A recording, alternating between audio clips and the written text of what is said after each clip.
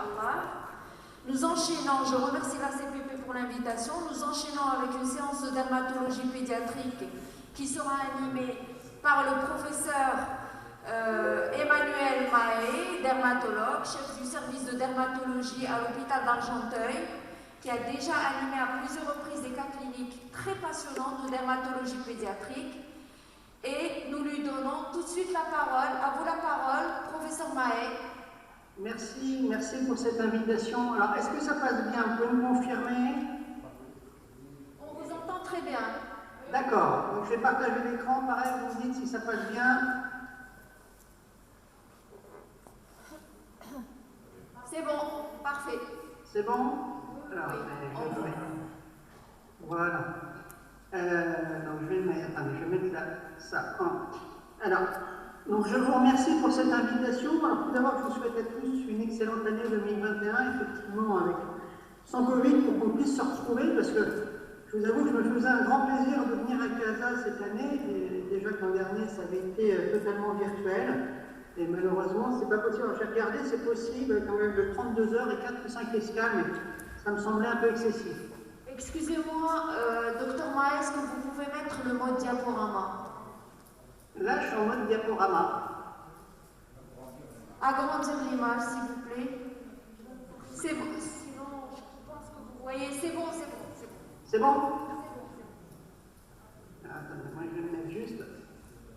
Donc c'est bon, là, vous avez le mode diaporama?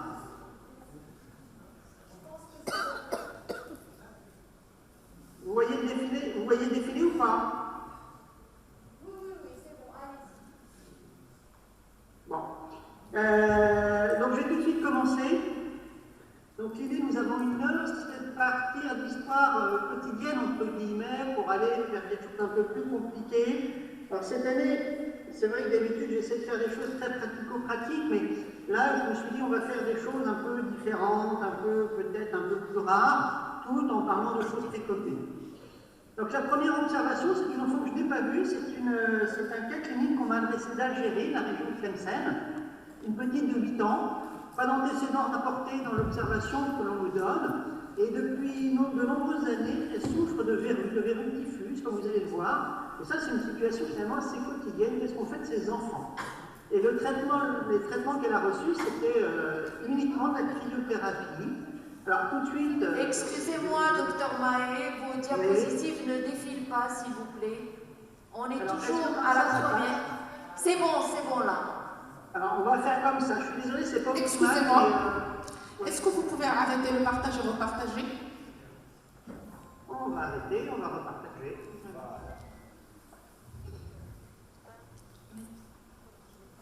Et là, est-ce que vous l'avez en plein écran? Ça passe? Défiler. Alors, attendez, j'enlève ça.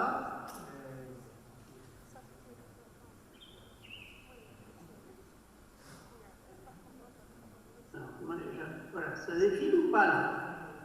On ne fait rien du tout. Bon, alors, je vais passer dans ce mode-là, tant pis, hein, c'est pas optimal, mais... ça passe comme ça. Là, vous voyez défiler? Oui, c'est bon comme ça. On va faire comme ça. C'est pas optimal, mais bon, l'idée c'est d'avancer. Vous avez entendu l'histoire de cet enfant? Je la répète. Donc c'est une petite de 8 ans c'est un dossier qui m'a été adressé par des collègues par une pédiatre algérienne, je crois que c'est près de Tlemcen. Cette petite n'avait pas d'antécédents connus, semble avoir un très bon développement staturo-pondéral et général, et elle souffre de nombreuses verrues depuis plusieurs années. Alors, le seul traitement qu'elle avait reçu, c'était la cryothérapie. Alors tout de suite, personnellement, je suis totalement opposé à la cryothérapie chez les enfants. C'est extrêmement douloureux, il faut le répéter. Et quand j'ai des parents ou des médecins qui insistent, je leur dis d'accord, je vous le fais à vous d'abord, et après, vous me donnerez votre accord pour le faire à l'enfant. Et ça marche tout le temps, ils refusent, parce que vraiment, c'est très douloureux si on veut être efficace. On peut mettre un petit coup d'azote, ça ne marchera pas. Il faut savoir en plus que la cryothérapie, en moyenne, il faut le faire 3 fois tous les 15 jours. Donc c'est vraiment très douloureux et pas tellement efficace finalement. Donc vous voyez, elle présente une verrue palpébrale ici, une verrue sous-labiale, des verrues sous-nasales, et elle présente effectivement des verrues des mains extrêmement profuses, des verrues des genoux. On a l'impression qu'elles se sont développées développée sur un traumatisme, vous voyez, cette répartition un peu annulaire sur le genou, et elle présente aussi des verrues sur l'orteil. Donc les questions qui se posent, il y en a deux, je vous laisse réfléchir quelques secondes. Quelles sont les deux problématiques chez cette petite? Moi j'en vois deux. C'est est-ce qu'il y a un déficit immunitaire? Oui, je dirais qu'il y a un déficit immunitaire, c'est obligatoire. On ne fait pas des verrues aussi profuses chez un enfant avec une immunité normale. Et doit-on la traiter et comment la traiter? Alors, toute verrue, c'est un déficit immunitaire. Hein. Qu'on en ait une ou qu'on en ait 100, c'est un déficit d'immunité contre le papillomavirus responsable de cette verrue. Et vous savez, aujourd'hui, on considère qu'il y a plus de 150 à 180 papillomavirus humains. Quand on arrête un peu de les démembrer, ce sont des virus qui sont ubiquitaires. Et pour développer une verrue, il faut être déficient vis-à-vis de ce papillomavirus. Donc on va s'immuniser, mais on ne va pas forcément s'immuniser contre les autres papillomavirus. Donc ça explique pourquoi on peut faire tout au fil de sa vie des verrues dans différentes localisations. Donc on est toujours déficient, mais là il y a une déficience qui est beaucoup plus importante puisqu'elle a une centaine de verrues, cette petite.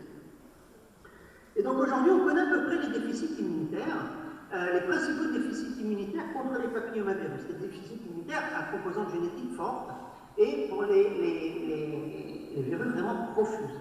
Et on va distinguer les déficits spécifiques au papillomavirus et les non spécifiques au papillomavirus. Tout enfant immunodéprimé, un greffé, un enfant VIH, un enfant qui a un déficit immunitaire Wiskott-Aldrich ou Buckley ou autre, peut faire des verrues préfuses, mais ce n'est pas spécifique des papillomavirus. C'est des enfants qui vont faire des infections à répétition au sens large, mais aussi de l'herpès, par exemple. À l'inverse des maladies génétiques spécifiques au papillomavirus, c'est-à-dire qu'on peut avoir d'autres infections, mais on va avoir, d'un point de vue viral, exclusivement des infections par ces virus. Et on distingue l'épidermodysplasie viruciforme, deux syndromes plus récemment identifiés, le WIM et le WILD. Alors ça, c'est aussi un déficit qui est assez ancien, qui a été rapporté par l'équipe de Gérard Orff et l'équipe de Neckers. Certains types de skin, par un déficit particulier génétique. On va passer dessus parce que c'est suffisamment rarissime pour ne pas en parler. Les autres sont rares aussi, hein. Mais les autres sont assez intéressants. Donc, l'épidermodysplasie viruciforme, maintenant on connaît la génétique, hein, c'est autosomique récessive, donc on en a vu beaucoup dans des familles, nous en France, plutôt des familles de gens du voyage, souvent une consanguinité ou au moins une promiscuité génétique. Dans les études de l'équipe de Gérard Orff à Pasteur, sont beaucoup d'équipes de familles algériennes qui avaient été rapportées, et ils ont identifié différents gènes, EGR1, EGR2, qui en fait sont des récepteurs, des canaux transporteurs de zinc, qui sont impliqués dans cette maladie génétique. Et c'est vraiment l'exemple de la maladie de déficit spécifique déficit immunitaire spécifique à un virus. Il n'y a pas d'autre infection dans l'épidermodysplasie viruciforme. Et ça commence dans les premières années de vie par des verrucales diffuses. On va voir en photo ce qu'on appelle, c'est pas EV, pardon, c'est PV-like, Pityriasis versicolor light sur le tronc. Et on a rapidement une atteinte du visage assez profuse. Et on va voir après des verrues des extrémités.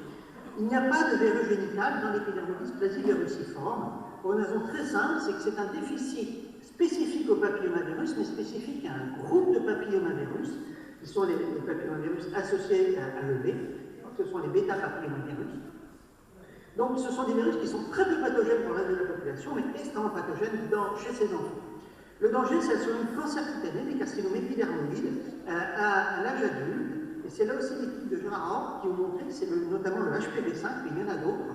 Maintenant, on sait qu'il y a plusieurs virus qui sont impliqués et qui sont là aussi spécifiques de l'épidermodysplasie viruciforme. Plus récemment, ces virus ont été associés à des cancers chez les transplantés d'organes, mais la maladie génétique, c'est vraiment levé. Donc, on a des phénotypes EV-like. On peut le voir chez les enfants infectés par le VIH, chez les enfants greffés d'organes. Mais la vraie épidermodysplasie viruciforme, c'est une maladie génétique spécifique des virus. Donc voilà l'aspect que j'appelle PV-like, qu'on appelle PV-like. C'est le dos d'un enfant. Alors ça, c'est une phénotypie, c'est pas un vrai EV, hein, c'est un enfant qui avait un SCID. Vous voyez cet aspect de macule dépigmentée du dos, absolument pas papuleuse. On peut se demander si elles ne sont pas légèrement squameuses, légèrement rosées.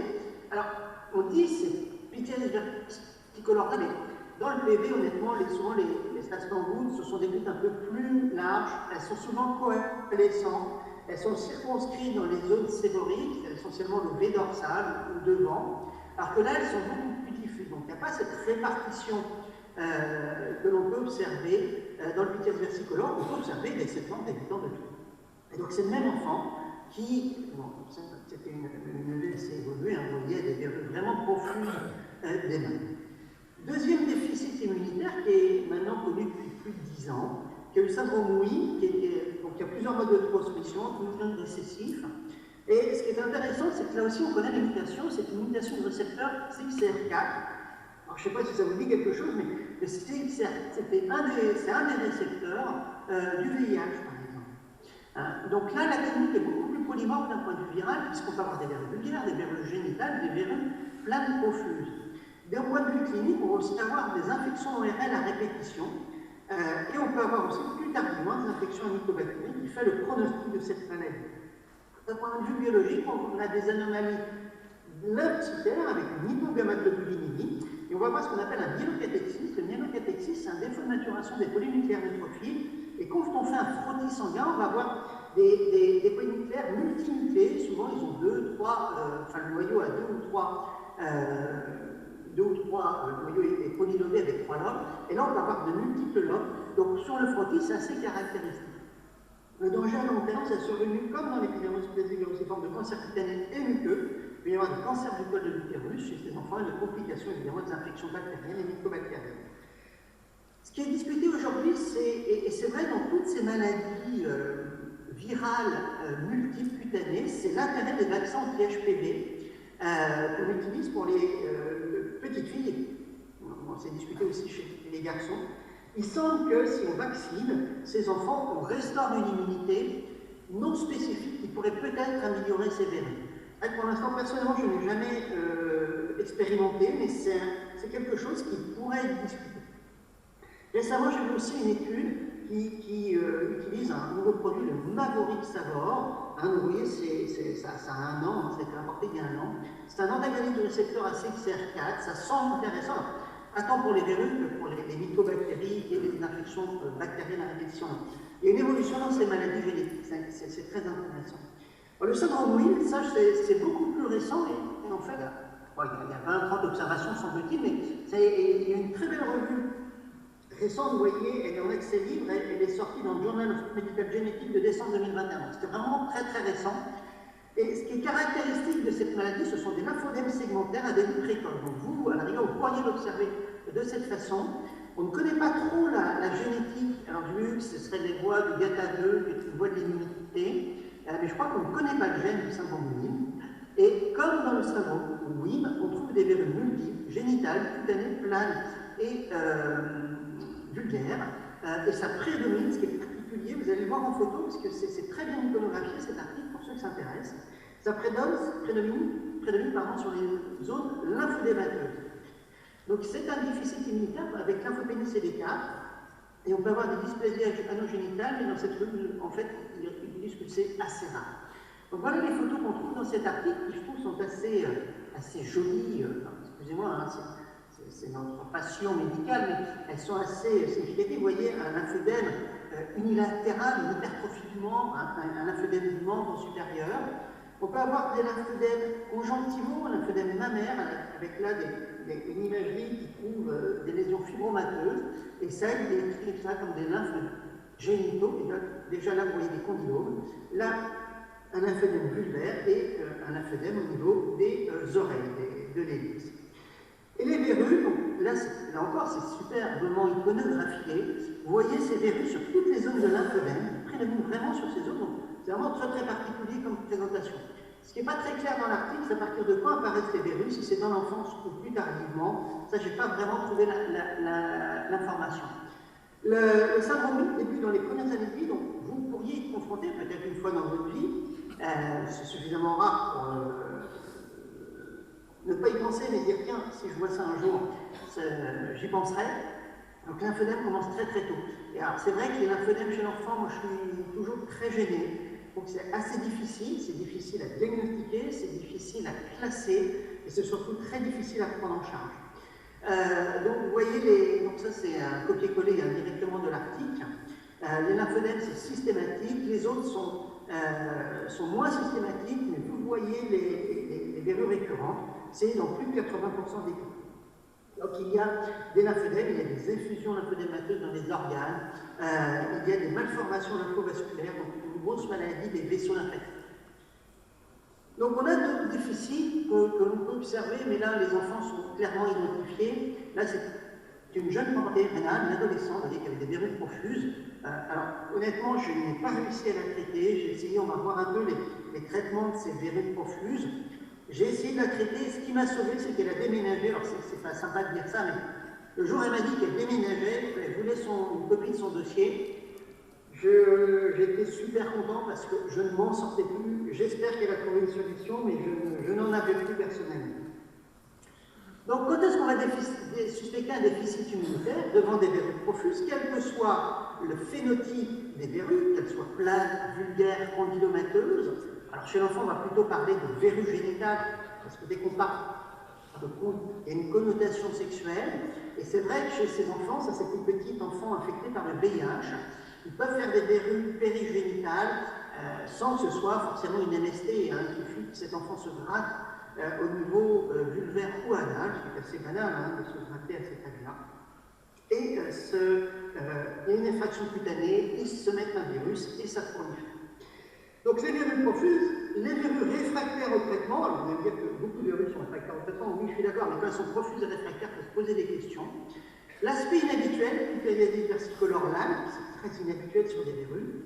L'association, ça c'est facile parce qu'on le trouve à l'interrogatoire à l'examen clinique, les infections bactériennes à répétition, le lymphodème, un tableau génétique. Je me souviens, là j'ai un enfant que je suis qui pose d'énormes problèmes, qui a un déficit des acquisitions, il est génétique, cet enfant n'a pas encore réussi à identifier, il y a probablement un gène de prédisposition aussi au papillomavirus, mais qu'on n'a pas encore documenté. La notion de consanguinité, de promiscuité génétique, comme dans les familles gitanes qu'on voit chez nous, tout ça sont des des signes qui doivent nous alerter pour un déficit immunitaire. Alors quel bilan finalement? Le bilan est assez limité. Moi je demande une numération, je demande un frottis. Alors c'est marrant parce qu'aujourd'hui pour faire un frottis c'est compliqué parce que tout est automatisé. Le frottis ça permet, je suis convaincu que beaucoup de biologistes, parmi les jeunes notamment, ne savent plus tellement lire des frottis. Ce qu'on leur demande de rechercher, et je leur mets faire un frottis pour recherche de myélocatexis. Alors là en général le biologiste m'appelle, qu'est-ce que c'est qu'un myélocatexis? Donc j'explique que ce sont des polynucléaires anonymes fragmentés. Si on peut faire un phénotypage lymphocytaire, au moins le taux de CD4, CD8, c'est assez pertinent, parce qu'on peut avoir des lymphopénies CD4 isolées, on peut avoir le VIH évidemment, et vous voyez, dans le syndrome Wien, on peut avoir un déficit en CD4, donc c'est intéressant. Moi, je fais systématiquement le dosage des IgG et des sous-classes. Le VIH, c'est plutôt chez l'adulte, c'est vrai que chez l'enfant de 3-4 ans, on ne découvre pas une infection par le VIH, par des verrues profuses, mais en fonction un peu du tableau clinique, on va avoir d'autres orientations. Comment on traite? Là, on est sur des verrues diffuses, profuses. Donc, on va forcément une discussion. On ne peut pas imaginer faire uniquement un traitement local. Donc, on va discuter un traitement systémique. Donc, juste un rappel sur les différents traitements qu'on a. On a les destructions, la cryothérapie, l'électrocoagulation, la laser chirurgie. Chez cette petite Algérienne, il est évident qu'on ne peut pas faire ces traitements qui sont trop douloureux. Et surtout, ça n'éliminera pas les rechutes. Donc, ça n'a pas un intérêt. C'est douloureux, ça laisse des cicatrices et ça ne prévient pas les rechutes. Les kératolytiques sont toujours intéressants, que ce soit l'acide salicylique, duré à 40, 30, 50, voire 70%, comme le colcrine par exemple. C'est toujours très intéressant, ça réduit l'hyperkératose, mais ça ne traite pas la verrue. La rétinine, je l'ai classé en kératorégulateur. Ça, c'est intéressant parce que, je ne sais pas si vous savez, si vous vous souvenez, mais le papillomavirus se réplie avec la différenciation des kératinocytes. C'est-à-dire que si on altère cette différenciation, on peut espérer de réduire la multiplication virale.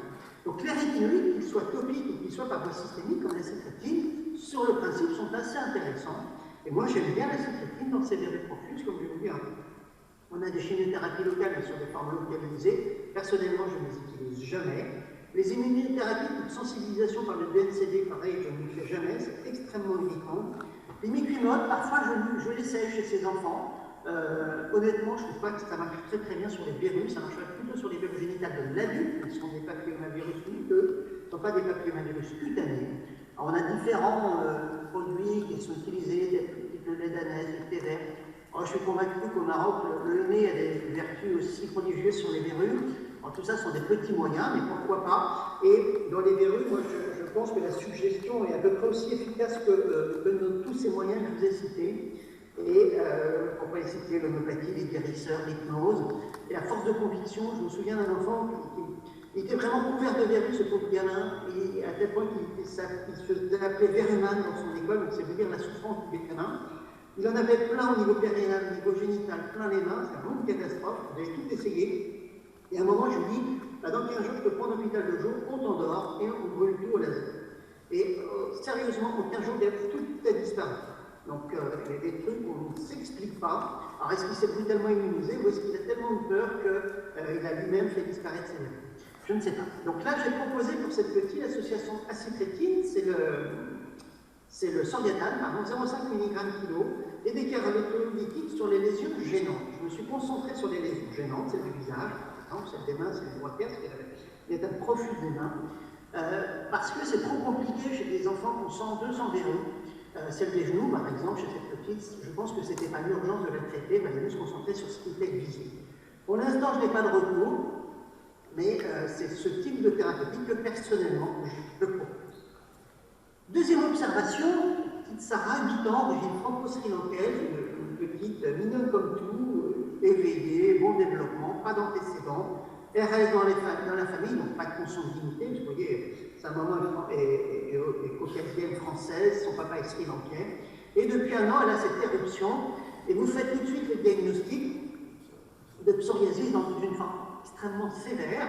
Hein, moi, je m'occupe beaucoup d'enfants psoriasiques. C'est un peu une orientation que j'ai prise. Et c'est une des formes les plus sévères que j'observe, avec une atteinte du visage et une atteinte des 4 membres, une atteinte du tronc extrêmement importante. Pas d'atteinte rhumatologique, mais une atteinte inguinale. Donc elle vient chez moi et tout de suite je la traite activement. Alors j'ai oublié une étape parce que j'ai commencé par la cyclosporine. La cyclosporine, en théorie en France, n'est pas autorisée avant 16 ans. Mais là, j'avais tellement envie de l'améliorer vite, cette petite qui était vraiment dans la souffrance, et c'est aujourd'hui dans les traitements oraux le traitement le plus rapidement efficace. Donc j'utilise l'association bétaméthasone-calcipotriol, c'est le Dévomètre. Je crois que j'ai mis aussi des shampoings à base de cortisone, comme le Clovec, de l'acétrétine. Échec total. Donc échec du néoral, échec du Soriatane. Je ne suis pas convaincu que le méthotrexate qui marche à peu près 1 fois sur 3, 1 fois sur 5, ait un intérêt chez cette petite. Donc je passe tout de suite aux biothérapie. Échec de l'adalimumab, c'est du Mira. Échec de l'ustekinumab. Vous allez me dire, vous n'avez pas accès à tout ça, on va y revenir, mais actuellement, on a une chance en France, c'est d'avoir beaucoup de biothérapies accessibles aux enfants. Donc l'ustekinumab, c'est le Telara, ça ne marche pas. Elle a toujours des scores de sévérité extrêmement importants, elle a toujours des lésions infléchantes. Et je passe au secukinumab, qui est ce qu'on appelle le Cosentyx, qui vient d'avoir l'AMM, qui est remboursé en France depuis maintenant 6 mois. Et là, étonnant, qu'est-ce qui se passe? Tout disparaît, sauf cette lésion de psoriasis, vous voyez, sur le dos du pied, et qui remonte le long de la jambe. Donc je ne sais pas si vous avez une idée diagnostique, parce que c'est un phénomène qu'on observe de temps en temps, dont j'ai l'impression d'observer de plus souvent chez les enfants psoriasiques. Et bien c'est ce qu'on appelle un psoriasis segmentaire révélé par une biothérapie anti-IL-17. Donc c'est vraiment passionnant, c'est-à-dire que le psoriasis disparaît totalement, sauf sur une zone linéaire. Et donc c'est ce qu'on appelle un mosaïcisme, c'est-à-dire qu'il y a probablement une anomalie génétique, qui n'est pas pathogène, mais qui crée une résistance à l'anti-IL-17, alors que sur les autres zones, il n'y a pas de résistance. Et j'imagine des physiopathologiste qui pourraient faire des techniques de puces à ADN, des choses comme ça, en étudiant les différents doses. Ce serait super intéressant parce que ça nous permettrait peut-être de comprendre pourquoi certaines personnes sont sensibles ou pas à ces différentes voies, différentes cibles des biothérapies. Donc, juste un mot sur le psoriasis et ses traitements en Europe. Alors, je sais qu'il y a beaucoup plus de difficultés au Maroc, mais j'espère que ça va arriver. On vit une période exceptionnelle dans les dermatoses inflammatoires chroniques. On va y revenir cet après-midi sur la dermatite atopique. En 2008, on avait quoi? On avait dermocorticoïdes, calcipotriol, acétrétine, cyclo, point barre. Et on les était rapidement limités. Alors chez le plus grand, on pouvait faire de la photothérapie. mais on était limité et rapidement en impasse thérapeutique. En 2021, on a toujours les mêmes traitements. Alors, je n'ai pas mis le méthotrexate volontairement. Le méthotrexate est fréquemment utilisé. On n'a pas l'AMM en France, mais dans les pays, notamment du nord de l'Europe, et même au Maghreb, hein, je beaucoup avec des Algériens, des Marocains, c'est quelque chose qui peut être utilisé, donc si c'est compliqué de l'obtenir, mais ça c'est simple de maniement, on connaît bien la toxicité, donc ça marche pas si mal que ça. Et surtout aujourd'hui on a 5 biothérapies, c'est un truc assez hallucinant pour les enfants. C'est que maintenant les laboratoires se mettent à étudier les enfants. Et il faut savoir que ça évolue très vite, puisque l'association des rencontres calcipotriol qui n'a pas l'AMM actuellement, j'espère va l'avoir, parce qu'il y a des phases 2 qui sont en cours, et j'espère qu'ils vont aboutir à une AMM. On a l'après-milase, on a des antijacs qui sont en train d'être développés, des antijacs, on va en reparler cet après-midi, et on a d'autres biothérapies qui sont en cours d'exploration chez l'enfant, donc vous voyez, dans 2-3 ans, on va avoir une dizaine de thérapeutiques systémiques chez l'enfant, donc c'est juste génial. L'autonomie sédentaire, nous on avait étudié, on a fait une grande étude en France sur une trentaine de patients, adultes et enfants, où on avait séparé 5 phénotypes, ceux qui avaient d'emblée un pseudo linéaire sans atteinte à distance, ceux qui avaient un segmentaire d'emblée avec un pseudo d'emblée généralisé, c'est-à-dire qu'il y en a partout, et on a en plus une ligne un peu plus, un peu mieux délimitée. Et on a des enfants qui ont un pseudo d'emblée, enfin des patients, un pseudo linéaire qui, dans un second temps, développent leur psoriasis généralisée. À l'inverse, on a des gens qui vont d'abord développer leur psoriasis généralisée et dans un second temps développent une ligne avec ou sans facteur favorisant. Et ce qu'on a surtout observé chez l'enfant, c'est ce phénotype 1, 3 et 4, c'est-à-dire un pseudo-linéaire isolé, et ça j'ai plusieurs enfants, un pseudo-linéaire qui va secondairement se généraliser, ou un pseudo-linéaire qui apparaît secondairement.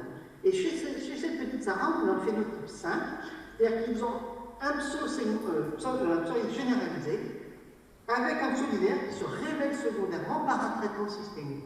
Et ça a été observé, on va y revenir. Non, là j'ai perdu la main.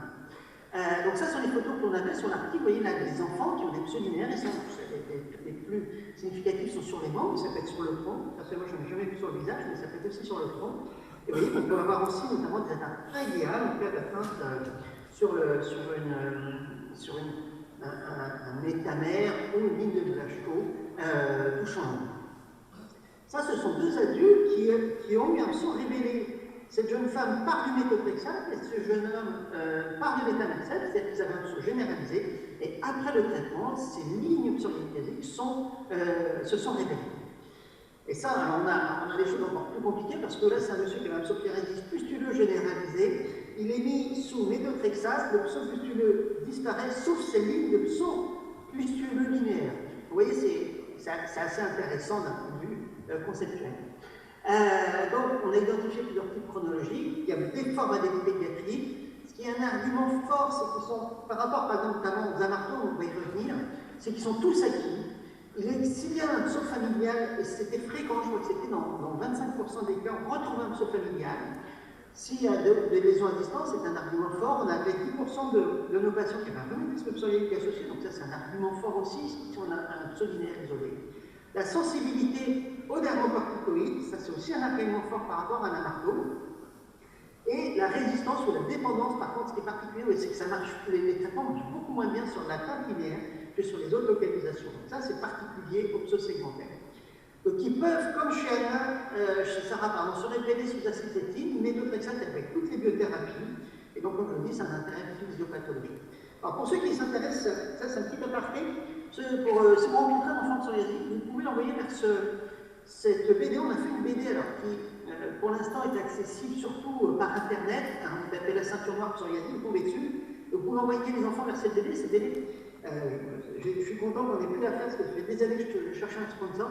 Explique aux enfants le psoriasis. Donc, c'est plutôt destiné aux 8-17 ans.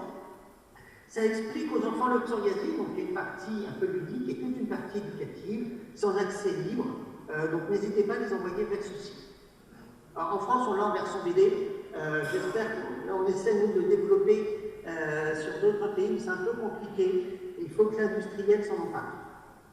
Donc le principal diagnostic différentiel, c'est cette lésion linéaire psoriasiforme, souvent présente à la naissance, et je pense que vous y pensez assez facilement, c'est ce qu'on appelle le nevus, qui est un nevus épidermique inflammatoire linéaire.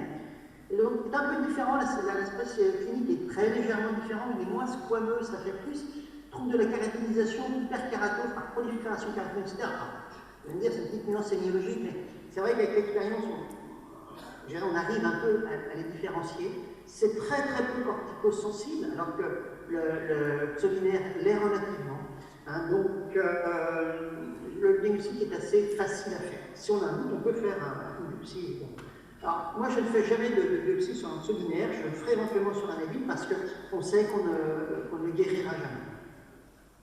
Alors, vous connaissez probablement d'autres dermatoses segmentaires, et la première que vous connaissez, c'est celle-là. C'est un enfant d'1 an qui a cette éruption linéaire, très légèrement papuleuse, vous voyez, une espèce de verrue plane sur une ligne, acquis depuis 2 mois.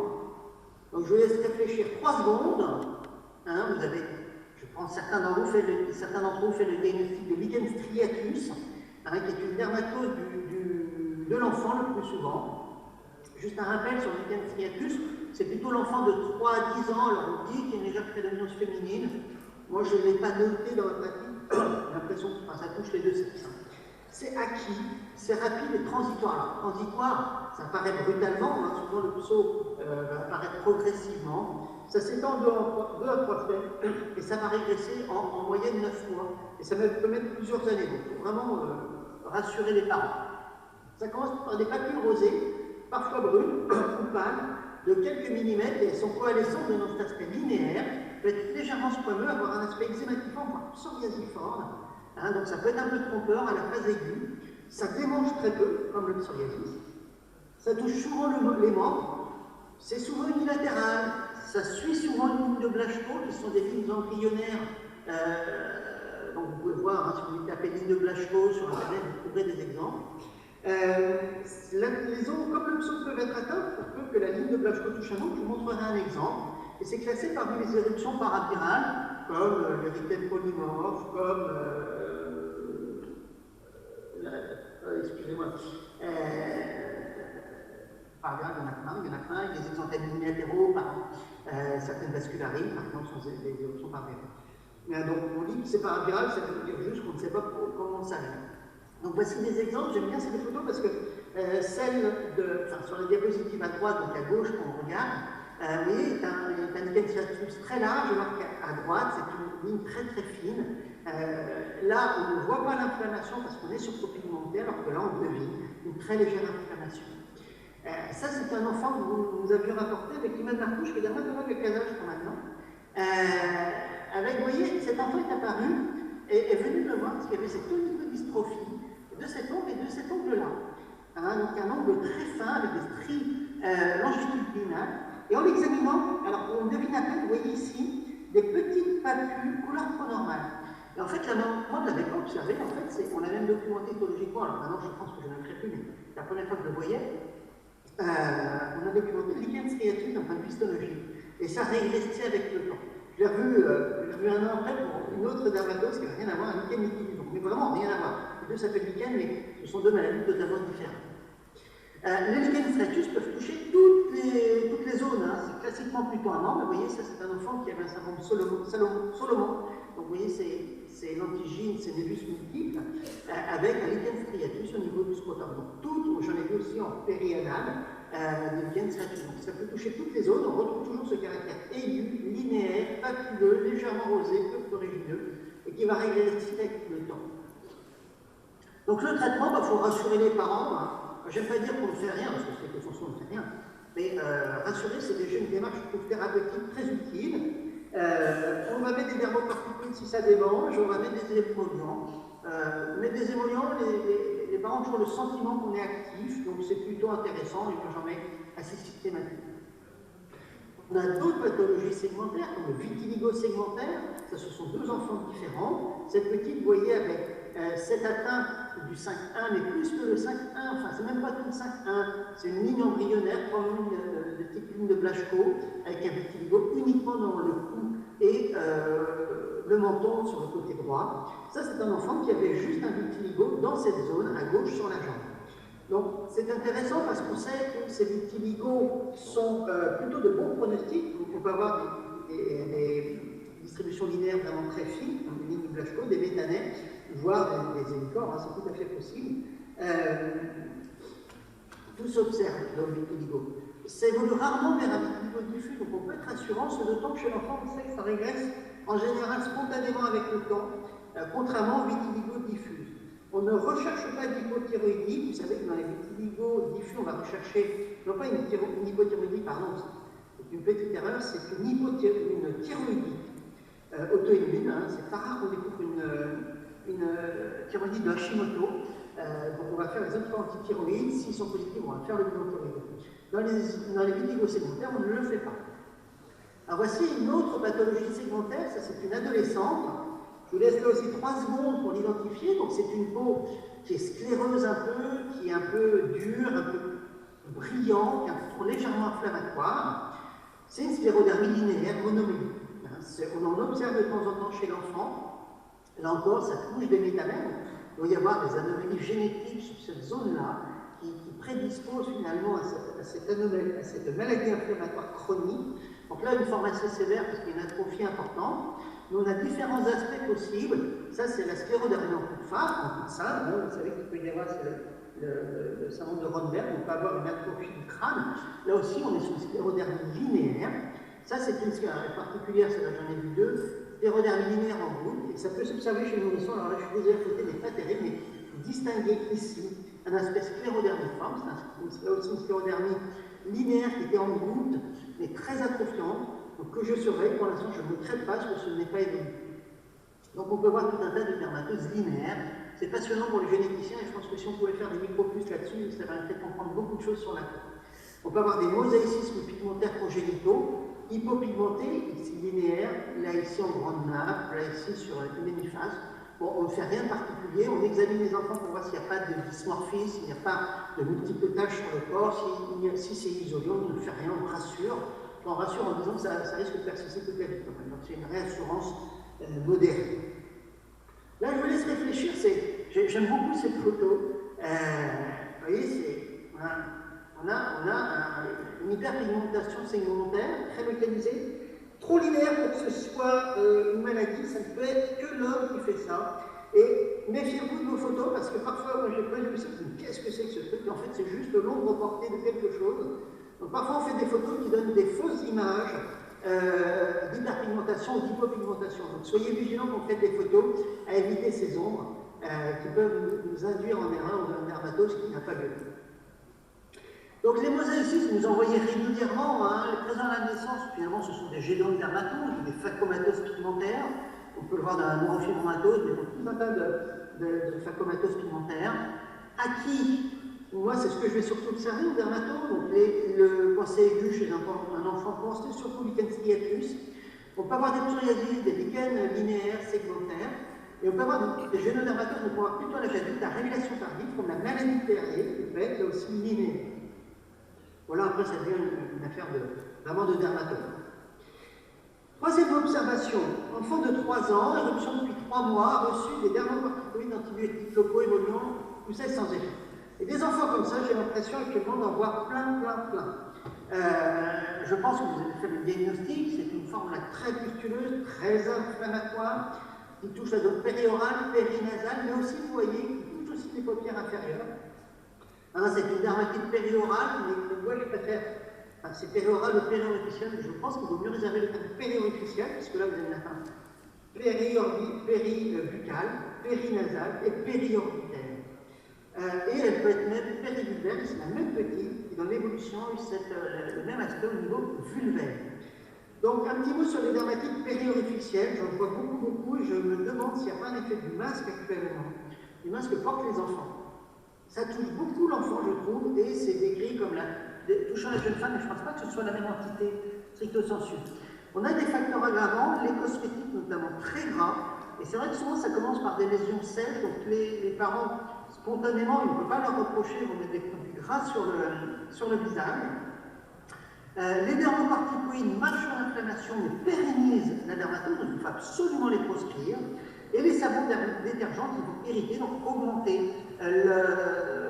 augmenter l'inflammation in fine. Je me pose vraiment la question, même chez l'enfant, du lien avec des modèles, j'ai envie de dire du mot. Aujourd'hui, il y a aussi toute une littérature que je trouve très intéressante. Les anglo-saxons ont appelé ça les masqués, qui sont donc des dermatoses induites par le port du masque depuis la pandémie. Et ces dermatites périorificielles en font partie. Et chez l'enfant se discutent, les parents me posent souvent la question du rôle de la tétine. J'ai toujours du mal à l'imputer, mais ça crée une occlusion de la tétine, donc ça pourrait entretenir effectivement cette dermatite périorificielle. Donc on a une atteinte périorale symétrique, ça s'étend souvent aux plis nasogéniaux, voire aux joues, à la vulve. En périanal, cette petite en avait aussi. Ça débute par un érythème, puis ça peut devenir papilleux, vésiculeux, voire papulopustuleux. Souvent, c'est pas douloureux, c'est plus une sensation de cuisson, de tension cutanée que de vraie brûlure ou un vrai problème. Donc on a différentes formes, vous voyez, des formes purement érythémateuses, des formes à peine visibles, des formes purement papuleuses ou papuleuses et inflammatoires, et pustuleuses, comme je viens de vous le montrer. Alors, rapidement, le démodex, je vais passer rapidement pour qu'on ait encore un peu le temps d'avancer. C'est un parasite que nous avons tous adultes sur la peau, et pour ceux qui ne connaissent pas le démodex, je suis gêné de vous l'annoncer, nous avons vraiment des millions de démodex sur la peau, même sans le savoir. Il vit tranquillement dans nos follicules pileux, en totale symbiose, ça se passe très très bien, mais ça peut donner des pathologies, notamment c'est impliqué dans les acnées rosacées. Il y a des pathologies spécifiques du démodex, comme notamment les blépharies. C'est impliqué chez la jeune femme dans les dermatites périorificielles, et vous allez voir que personnellement maintenant je traite de plus en plus de démodex, même chez l'enfant. Et c'est observé chez l'enfant. Et vous voyez, c'est très troublant. Ça, c'est un enfant qui a été publié dans Pédiatrie Dermatologie il y a 4 ans. Et c'était étiqueté démodicitose de l'enfant. C'est typiquement une dermatite périorificielle, papuleuse, inflammatoire, avec une atteinte périnasale. Et à l'examen parasitologique, c'est couvert de démodex, et pourtant c'est un petit enfant qui avait une histiocytose sous chimiothérapie. C'était un autre enfant immunodéprimé qui avait une forme extrêmement inflammatoire caractéristique, là aussi, du démodex. Vous voyez l'atteinte périorale, périorbitaire finalement, et périnasale, alors là, coûteuse. C'est pas du tout le même tableau que ce qu'on observe au quotidien. Le rôle de la cortisone, je pense qu'il y a quelques années, je vous ai présenté cette observation. C'est un enfant, je ne comprenais pas ce qui lui arrivait. Et d'ailleurs, la maman non plus. C'est un enfant qui avait de la cortisone, des antibiotiques, tout tableau le même que le précédent. Pour trouver la dermatite périorificielle pustuleuse sur ces photos, vous voyez ici, mais en plus, il y a une lésion uniforme. J'étais très surprise que cet enfant était tout blanc, que sa mère était noire. Et en fait, en reprenant, et sa maman, en fait, comment on a fait le diagnostic? Parce que sa maman m'a dit, ma mère a un peu les mêmes symptômes, tu connais la voix. En fait, la maman qui était d'origine subsaharienne, africaine subsaharienne, se mettait de la cortisone sur le visage et mettait de la cortisone sur le visage de son petit-fils dans le dos de sa maman. Donc j'ai laissé la famille régler ses problèmes de famille, et quand on a arrêté le traitement, vous voyez, il a retrouvé son pigment, la dermatite qu'on a éduqué la grand-mère, on a arrêté d'appliquer tout ça. Il y avait toujours là encore des signes de dermatite périorificielle. Cet enfant a retrouvé un visage strictement normal. Donc comment traiter? Arrêter les facteurs aggravants, les corticoïdes, les corporales, le masque, non, parce que c'est vrai que je crois que vous êtes confrontés à la même problématique actuellement que nous. Là, en France, c'est un peu la cata. Je crois qu'il y avait plus de 300 000 tests positifs en France. Personne n'est épargné, on a l'impression. Les tétines, peut-être, il faut les arrêter, je ne sais pas, je n'ai pas d'avis là-dessus. C'est tellement important pour certains enfants que, bon, je ne sais pas. L'hygiène, plutôt savon sur gras, et si on veut hydrater, moi ce que je conseille, c'est vraiment des laits, c'est-à-dire que des émollients très légers, très fluides, surtout pas des émollients gras, vaseline, cold cream, cérate, qui vont sans doute augmenter l'occlusion des follicules pileux et donc l'inflammation. Il est conseillé des traitements locaux par métronidazole ou macrolide-locaux. Moi j'évite, le métronidazole c'est très gras, ça brûle. J'utilise plus volontiers des antiparasitaires locales, l'ivermectine locale. Alors, je ne sais pas si elle est disponible au Maroc, c'est le seul entraque qui a l'AMM en France dans l'acné rosacée. Vous avez le pimicrolimus, c'est conseillé aussi. Le problème des inhibiteurs des calcinorines, que ce soit le pimicrolimus ou le tacrolimus, c'est que ce sont des pommades, donc des corps très très gras. Donc là aussi, je ne suis pas fan. Moi, honnêtement, ce que j'utilise le plus souvent, ce sont des macrolides au lampeau, 1 mois, 2 mois, 3 mois de josacine. Et parfois, c'est ce que j'ai fait par cette petite, ce sont des antiparasitaires, c'est-à-dire en fait de l'ivermectine, comme dans la gale, à la même posologie de la gale, G0, G7, Et je trouve, j'ai le sentiment, mais c'est l'expérience, hein, c'est pas de la médecine basée sur les preuves, que ça fonctionne bien. Cette petite, je l'ai traitée par macroline, Josacine pendant 1 mois pour l'instant, je vais la revoir bientôt. Stromectol, ivermectine, J0, J7, un comprimé pour 15 kg, et des laits hydratants et du savon Supra. Et on va voir ce que ça donne. Mais j'ai déjà eu des nouvelles à 7 jours, ça allait déjà beaucoup mieux. Alors, rapidement, parce qu'il nous reste 10 minutes, 2 observations, parce que c'est un petit message. On m'avait demandé de faire une présentation sur ce sujet-là, sur le bébé collodion et les érythrodermies néonatales. On est rarement confronté avec ces patients, mais quand on est confronté à ces enfants, à ces pathologies, on est toujours dans la difficulté. Donc, 2 cas particuliers, Ayoub et Naïm, on sent une consanguinité chez les deux, affiché cousin Germain à gauche et Jean du Voyage à droite. Et là, vous avez 2 tableaux. Finalement, ces voisins de nouveau-nés très inquiétants. D'une part, un bébé collodion dans une forme très sévère, à la limite du fœtus arlequin, hein, c'est le plus sévère que j'ai observé. Et à droite, une érythrodermie néonatale. Donc, 2 questions très différentes. Le bébé collodion, c'est une hyperkératose, c'est un trouble de la kératinisation, de la cornification de la peau, et ça donne cet enfant avec cette membrane parcheminée, hein, comme si l'enfant était plastifié en fait. Et ça recouvre l'ensemble du tégument, ou seulement des parties. Moi j'ai vu des enfants avec un collodionnage uniquement sur les mains par exemple. C'est assez rare, nous on en voit à peu près à Argenteuil, c'est 4000 naissances par an, je crois que c'est un cas tous les 3-4 ans qu'on observe. C'est un état transitant avec un risque vital, notamment de ventilatoire, parce qu'en fait, il peut y avoir notamment des troubles respiratoires. L'enfant ne peut pas avoir, n'a pas une respiration normale, il est compressé par cette gangue plastifiée, et puis il y a des séquelles aussi, des séquelles ophtalmologiques. Cet enfant, par exemple, je lui ai décollé les cils et je lui ai découpé la paupière pour qu'il puisse occlure la paupière. Cliniquement, sur l'enfant né à terme, ça ne se voit pas dans les échos anténatales, il y a souvent pas ou peu de cheveux, alors lui est plutôt chevelu. Pas de sourcils, en fait, il y a des sourcils, mais ils sont engainés dans le collodion. Il y a une hypohydrose, donc risque d'hyperthermie important, parce qu'il n'y a pas la possibilité de réguler sa température avec la sudation, donc risque d'hyperthermie dramatique.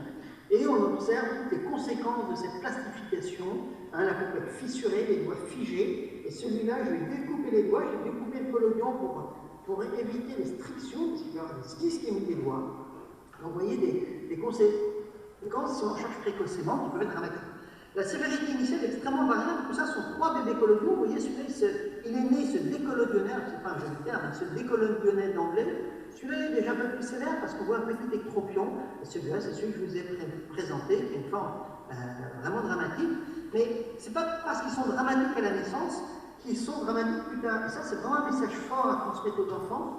Et lui, je le suis encore, je l'ai vu il y a 1 mois, il est en pleine forme maintenant, il a 7-8 ans, il pète la forme, il est parfaitement éveillé. Il est têtu comme c'est pas possible, donc il refuse un peu les traitements. Mais il n'est pas si mal, il est sous son yatal, les parents sont vraiment très bien. Et il va très bien. Alors, je suis perdu parce qu'il a déménagé, mais pareil. Vous voyez, des bébés collodions, c'est la dramatique et qui se portent comme un charme actuellement. Donc, il faut vraiment être positif chez les parents. Et s'il y a un traitement, le traitement le plus important, probablement, c'est vraiment le soutien psychologique des parents. Je ne vous fais pas le traitement du bébé collodion, mais quand on a un bébé collodion, on part sur une ictiose. Ça, c'est important, c'est le message clé. C'est une ictiose, et les ictioses, aujourd'hui, ça se soigne à long terme, notamment par les rétinoïdes, par voie systémique. On peut faire des cures, il y a un tas de moyens de les prendre en charge. Et il y a un site, sur le site de Magec, le site de Necker, où il y a toute la prise en charge. C'est ça que je ne le détaille pas, si vous avez un bébé collodion, je vous conseille vraiment d'y aller. Il y a tous les conseils, le paraffinage, le chauffage, comment décoller les membranes, etc. C'est vraiment remarquable le bon bien fait. L'érythrodermie néonatale, c'est très différent. Et finalement, même si l'enfant à la naissance n'est pas tellement inquiétant, il est rouge, squameux, et bien là, c'est l'étude de Necker que j'aime bien reprendre. Il y avait un peu un mélange, on va revenir dessus. Ce sont essentiellement des déficits immunitaires. Donc c'est beaucoup plus grave en fait, même si à la naissance, l'enfant fait beaucoup moins grave. Donc on a des ictioses, on a le KI qui est un trouble de la kératinisation, mais vous voyez, on a l'argiogramme, on a des neuroictioses, on a le syndrome de Domaine qui est un déficit immunitaire. Donc là, on est beaucoup plus inquiet. Et quand on reprend la littérature, c'est les érythrodermies néonatales, on a des listes que j'aime pas trop. Parce qu'en fait, il mélange vraiment l'érythrodermie néonatale, l'érythrodermie néonatale, c'est l'enfant qui naît érythrodermie, et les érythrodermies secondaires, voire les exanthèmes scarlatiniformes. Une toxidermie, ça donne rarement une érythrodermie. Un SSSS, ce n'est pas une érythrodermie, c'est un exanthème scarlatiniforme. Donc, qui mélange dans cette biologie, les exanthèmes acquis des vraies érythrodermies néonatales. La dermatite atopique qui apparaît là, ça n'apparaît pas dans le premier mois de vie. Classiquement, c'est plutôt le deuxième mois de vie. Donc, on est déjà plus écosensuel dans le nouveau-né, on est plus dans le nourrisson. Donc, il y a un mélange un peu de tout ça. Les dermatites séboriques, oui, dermatite vénérensus, ça peut apparaître, mais dans le premier mois de vie. Donc, confusion un peu, et voilà deux exemples. Alors, c'est vrai qu'il est rouge, qu'il est squame, qu'il bulle, mais ça, c'est un SSSS, ça se fait caractéristique du visage. Ce décollement dans les plis, ce décollement dans les zones agressées là, par la perfusion, mais là, on n'est pas sur une érythrodermie, on est sur un exanthème scarlatiniforme. On a des érythrodermies acquises, là, c'est la dermatite atopique.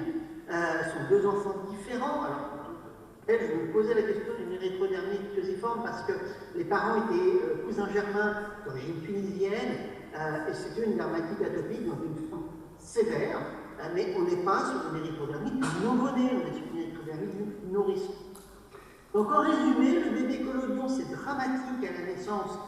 Il faut vraiment prendre en charge les parents autant que l'enfant, mais on s'oriente vers les ichtyoses, donc même si les ichtyoses lamellaires sont des ichtyoses dramatiques, ça reste quelque chose que l'on peut soigner. Alors que dans les érythrodermies néonatales, on va être plus prudent parce qu'on va craindre un déficit immunitaire, même si on peut avoir des ichtyoses, même si on peut avoir un psoriasis. Donc plus rarement donc des troubles de la kératinisation. Voilà, c'était ma dernière diapositive. Je vous souhaite un bon congrès cet après-midi. Cet après-midi, on parlera de la dermatite atopique. Des actualités, vous voyez, ça bouge beaucoup dans la dermatite atopique, c'est passionnant. On vit une belle époque dans la dermatite atopique. Je suis ouvert aux questions.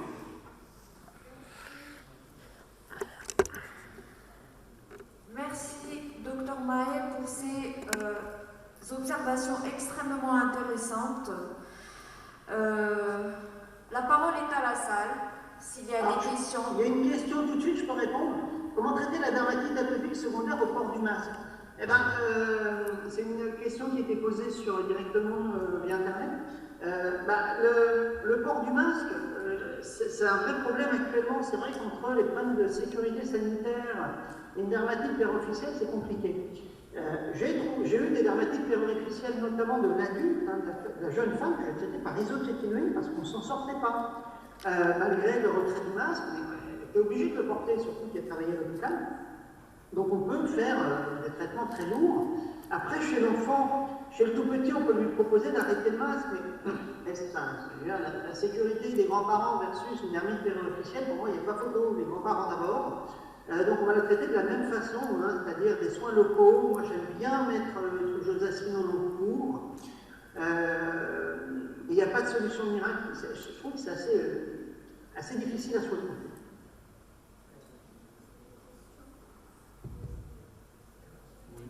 Des questions, s'il vous plaît, dans Je la salle. vais stimuler la salle par poser une question sur les verrues. Est-ce que le nombre de verrues nous alerte à poser le diagnostic d'un déficit immunitaire? Est-ce qu'il y a un nombre, un chiffre? Non, alors il n'y a pas de chiffre, surtout dans le déficit immunitaire, souvent les verrues sont assez coalescentes et peuvent donner des placards vénusiformes de verrues. Donc il n'y a pas de limite, pas 20, 30, 100 verrues. C'est vraiment, moi, vraiment le premier signe. Il y a deux choses honnêtement que je regarde, c'est est-ce qu'il y a des infections orales à répétition? Et ça, on l'a tout de suite, le diagnostic, sur le carnet de santé. Parce que parfois, les parents nous disent non, en fait, on vient du carnet de santé, tous les mois, les enfants voient le RN. Enfin, voient le pédiatre, le plus souvent. Enfin, j'ai appris en écoutant avant qu'au bout de 3 catholiques, il fallait voir son RN plutôt.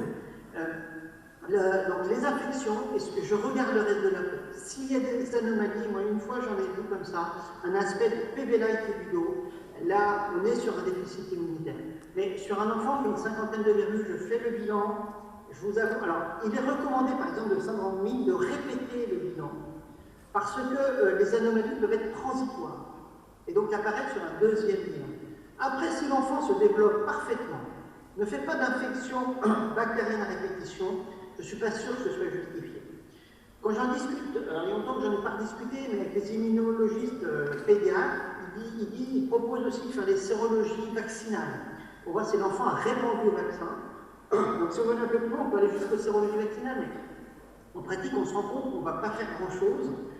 Donc, moi, je fais souvent un bilan systématique. En plus, ça permet, si je mets la sous-acétylène, de vérifier le cholestérol, l'hépatique, tout ça. Je fais un bilan, point barre, je ne renouvelle pas en l'absence d'autres points d'appel. Même si l'enfant a 100 de santé, je pense, ça pose pas de problème.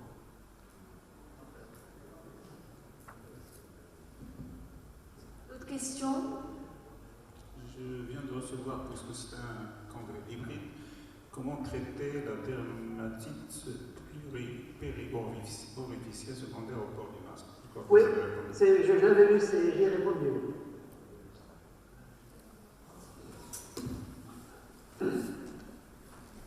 Merci. S'il vous plaît, la différence entre l'érythrodermie du nouveau-né et du nourrisson. Chez le nouveau-né, il faut chercher un glycémie, et chez le nourrisson? Alors, chez le nouveau-né, il naît rouge. Et donc, on va le surveiller. Le déficit immunitaire, on va le rechercher s'il y a des points d'appel, s'il y a des troubles neurologiques. C'est vraiment en cas d'autres points d'appel. On ne fait pas de bilan systématique, surtout que tout ce qui est immunoglobulines, tout ça, c'est compliqué chez le nouveau-né. L'érythrodermie du nouveau-né, c'est typiquement un enfant qui a 1 mois et demi, 2 mois, devient tout rouge, squameux. Le premier diagnostic, c'est un défaut d'hygiène. C'est ce qu'avant on appelait l'érythrodermie des nervus. Sont souvent des parents qui écoutent attentivement ce que certaines puéricultrices disent encore, et ce qui, moi, m'exaspère, c'est qu'on lave un enfant avec de l'eau, voire on fait un bain par semaine, un bain 2 fois par semaine. Un enfant, ça se lave tous les jours avec du savon sur le visage et sur le corps. Une fois qu'on a lavé l'enfant, finalement, on va avoir des érythrodermies qui vont apparaître vers 1 mois, vers 1 mois et demi, 2 mois, 3 mois. Là, j'en ai vu un qui est apparu 1 mois et demi, par exemple. C'est une dermatite atopique sévère, mais surtout pas traitée. Dermatite atopique, le diagnostic il est rapide à faire. Souvent, on a des points d'appel avec une prédominance sur les convexités chez le nouveau-né. Et on met 2 jours de corticoïdes, il n'y a plus rien. Là, c'est une dermatite atopique. Les autres érythrodermies, je ne vous l'ai pas montré. J'ai eu un cas, par exemple, d'enfant qui a un psoriasis érythrodermique, une famille de psoriasiques avec des parents, c'était des gens du voyage, probablement une consanguinité, qui avait en plus un syndrome de Kuchal, qui est un syndrome endocrinien pédiatrique compliqué, avec une hypotonie. Donc, en l'absence de points d'appel, je dirais qu'il y a un diagnostic qui est la dermatite atopique, un deuxième rarissime qui est le psoriasis, et il faut avoir éliminé le nervus dans les érythrodermies. Et alors, notion d'érythrodermie, c'est une notion de chronicité. Je vous élimine la scarlatine, qui va donner un érythème scarlatiniforme plus desquamé. Je vous élimine la nécrolysidérane staphylocoxique, qui était due avec un point 40. Ce sont des tableaux très différents. Une autre question qui a été posée par pour un adolescent avec verrue génitale qui récidive localement, HIV négatif, syphilis négatif, il demande est-ce que le vaccin a un effet? Alors, je crois que c'est vraiment peut-être la bonne indication du vaccin anti-HPV à visée thérapeutique. Je crois que chez les patients récalcitrants, un ado qui a des HPV génitaux, jusqu'à preuve du contraire, ça reste une MST, même si le HIV et les VHL sont négatifs. Un ado, condylome, verrue génitale, MST, c'est le tableau qu'il faut, c'est le tableau qui doit nous faire craindre une maltraitance. Et c'est une bonne indication, je pense, du Gardasil. Très très bonne. Si les parents sont réticents, vous pouvez l'utiliser à visée thérapeutique et non pas à visée préventive. Je réponds aux questions que je vois là, devant un cas de psoriasis pédiatrique en médecine générale. Alors, moi, je travaille beaucoup sur le pseudo de l'enfant et ça pourrait être un sujet l'an prochain si on arrive à faire enfin du présentiel, ça me ferait vraiment plaisir. Le psoriasis pédiatrique, la priorité, ce sont les traitements locaux. Sur une forme localisée, privilégiée, soit les dermocortiques, corticoïdes, soit l'association dermocorticoïdes calcipotriol, c'est Delovec, je crois que c'est disponible, j'ai un livre au Maroc. Mais s'il y a un mot-clé, c'est longtemps. La dermatite atopique, c'est 2 jours, 3 jours. Le psoriasis, il faut bien expliquer aux parents que c'est 3 semaines, 1 mois, voire 1 mois et demi de traitement si on veut être efficace. Donc ça, c'est important. Après, en médecine, parce que la question c'est en médecine générale, les systémiques vont être assez compliqués à mettre en place. Il vaut mieux l'adresser à des dermatologues, voire des dermatologues pédiatres. Et je peux vous dire, en France, on avait fait même une enquête auprès des dermatologues pédiatres. Beaucoup de dermatologues pédiatres sont réticents à utiliser des traitements systémiques, alors que maintenant, c'est vraiment très bien évalué. Donc, en ville, traitement local au long cours. Utiliser des émollients, c'est très important parce que ça réduit le prurite, donc les phénomènes de pulmonaire. Et moi, je ne fais jamais de décroissance des dermocorticoïdes. Et sur un psau, je n'hésite pas à faire ce qu'on appelle un traitement proactif. C'est-à-dire qu'on va traiter jusqu'à disparition et après, systématiquement, sur les zones astreintes, 2 fois par semaine, appliquer le traitement local. Et on y arrive en reprenant le traitement dès que ça revient. Et on y arrive avec le temps. Vous avez la chance, j'ai vu qu'il faisait beau à Casa aujourd'hui, ici il fait un temps épouvantable, il fait 7 degrés, il pleut, il y a du vent, mais vous avez du soleil, et le soleil est un très bon traitement du psoriasis, donc n'hésitez pas, sans les exposer de façon abusive. Mon fils avait une dermatite périofficielle post-masque que j'ai traité par émollient avec bon résultat. Que pensez-vous? Je pense que oui, il faut. Alors il y a peut-être le retrait du masque, il y a un émollient léger, surtout pas un émollient gras. Quand c'est ça qu'on a envie de mettre, on dit plus ça va être grave, mieux ça va fonctionner, plus vite ça va fonctionner. Mais là, je préfère moi des émollients légers. Une dernière question, s'il vous plaît. Vous avez une dernière question? Non, c'est bon. Merci beaucoup, Dr Mahé, pour ces observations très intéressantes et j'espère qu'on vous verra les années prochaines en présentiel, Inch'Allah, sans Covid. Merci à la salle. Cet après-midi. Oui, et vous avez un thème très intéressant qui est la dermatite atopique cet après-midi. Et voilà, et vraiment ça bouge, vous allez voir, c'est vraiment passionnant ce qui se passe dans la dermatite atopique actuellement. Magnifique, très bien. Allez, à cet après-midi. À cet après-midi, donc vous êtes invité à une pause.